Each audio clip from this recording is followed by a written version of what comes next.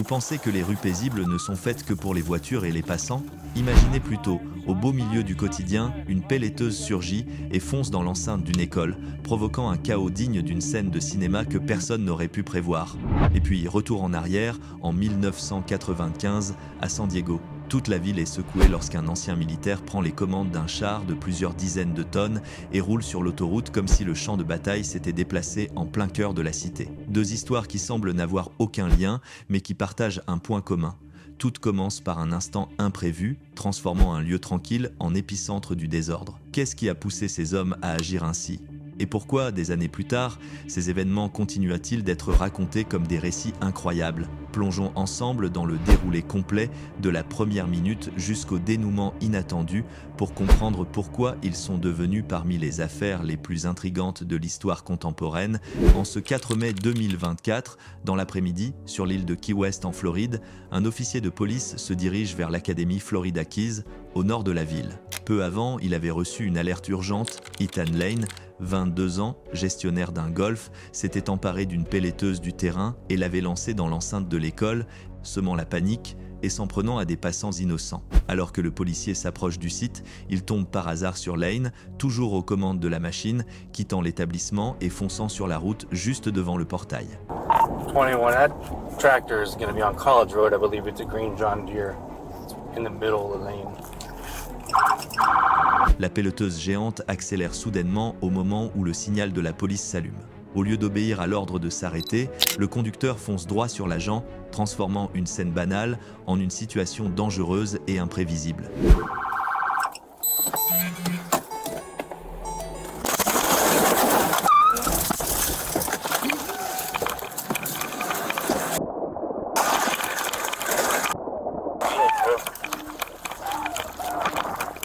Shots fired! Get on the fucking ground!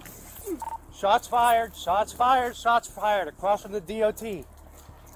Get your hands behind your back! Copy, shots fired. I'm sorry. Sorry for what? You almost fucking killed me! La police est contrainte de tirer en l'air pour avertir et aussitôt l'homme lâche le volant, s'effondrant au sol dans une posture de reddition. Pris de panique, il éclate en sanglots, balbutiant des excuses comme un enfant égaré, avouant qu'il avait lui-même tout gâché. Okay, well that's not the way to go about it, bro. I'm sorry. Did you get hit? No. I'm sorry. I'm sorry. I'm sorry. I'm sorry. Tuck your knees into your chest. I fucked up my life. Yeah, you, My life is gone. I'm downtown. 21. I'm 13. My car's destroyed. But I'm 10-13. No injuries.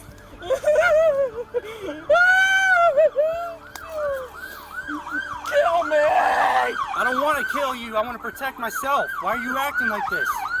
I got threatened and I wanted to kill them. Il est évident que l'état mental de cet homme n'était pas stable. Heureusement, l'agent de police est sorti indemne de l'incident. Pendant ce temps, des renforts sont dépêchés sur place et apparaissent rapidement pour reprendre le contrôle de la situation. Yeah, I'm fine. No injuries. You could send him anyways, just to check on the patient, just in case. The suspect. Do I have another supervisor en route? En quelques instants, le secteur est envahi par la police.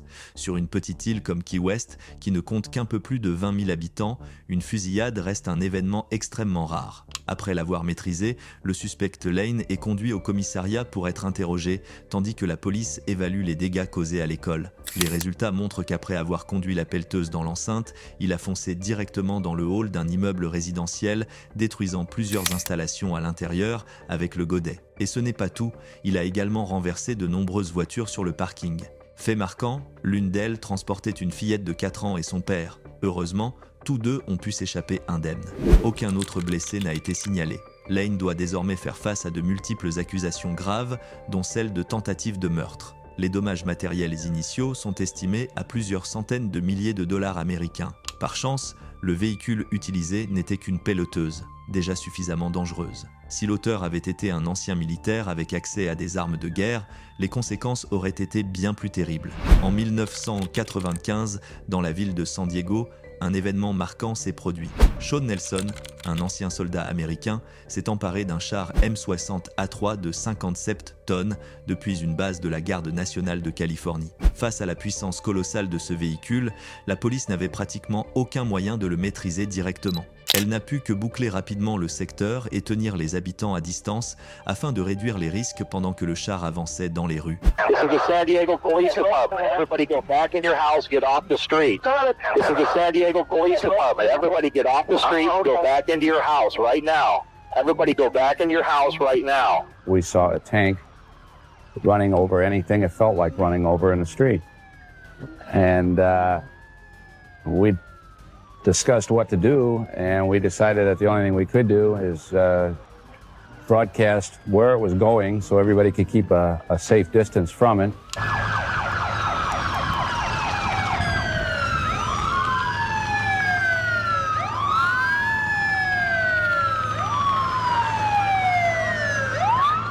This is the San Diego Police Department. Everybody get off the street, go back into your house right now. Everybody go back into your house right now.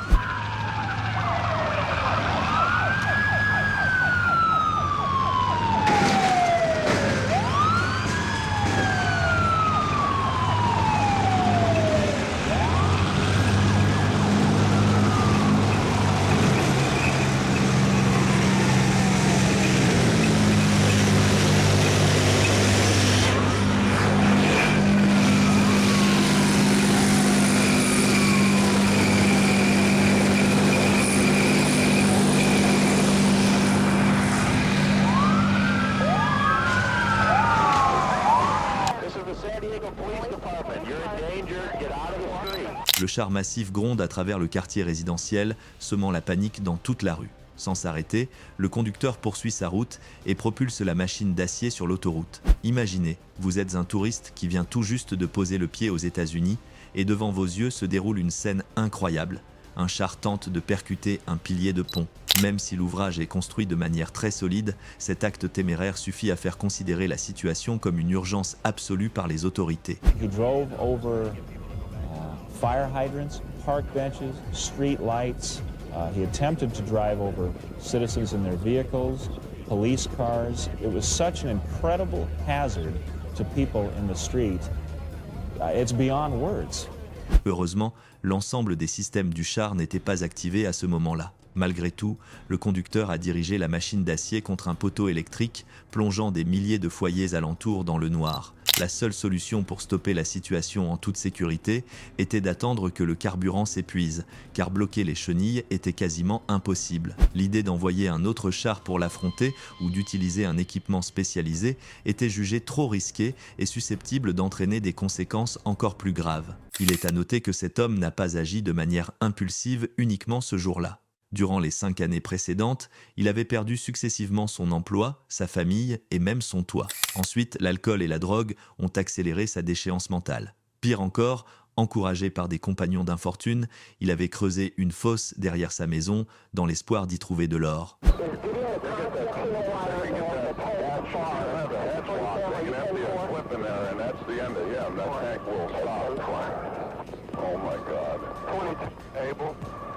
He just high-centered it on the center divide just north of Genesee. Le char gigantesque se retrouve soudain coincé sur le terre-plein central, offrant à la police l'occasion d'approcher. Un officier ayant déjà l'expérience de ce type de véhicule tente d'ouvrir le poste de pilotage. Les agents répètent sans cesse leurs injonctions pour que l'homme à l'intérieur lâche prise, mais l'ancien soldat s'acharne à tourner la tourelle afin de repousser la police et de retrouver l'accès à l'autoroute. La tension oblige les forces de l'ordre à intervenir de manière décisive. Le suspect est ensuite extrait du char et conduit à l'hôpital en urgence, mais il ne survit pas. 2 ans plus tard, le jeu vidéo GTA apparaît pour la première fois sur le marché et beaucoup y voient une étrange coïncidence avec cet événement. En y repensant, je trouve que ces faits sont à la fois choquants et porteurs de réflexion. Aux États-Unis, la loi sanctionne sévèrement les comportements dangereux pour la collectivité. En France aussi, la législation met l'accent sur la protection de l'ordre public et la sécurité des citoyens. De San Diego à la Floride, en passant par Paris, il est clair que partout, la tranquillité des habitants reste la priorité absolue. Prenons l'histoire d'aujourd'hui comme une leçon. La vigilance et le sens des responsabilités collectives sont les fondements indispensables pour garantir la sécurité de tous. Que pensez-vous de cet événement? Avez-vous déjà vu un cas similaire? Discutons-en ensemble dans les commentaires, juste en dessous. Merci d'avoir regardé notre vidéo YouTube. Pense que la vidéo qui s'affiche à l'écran va vous plaire, cliquez dessus pour la découvrir.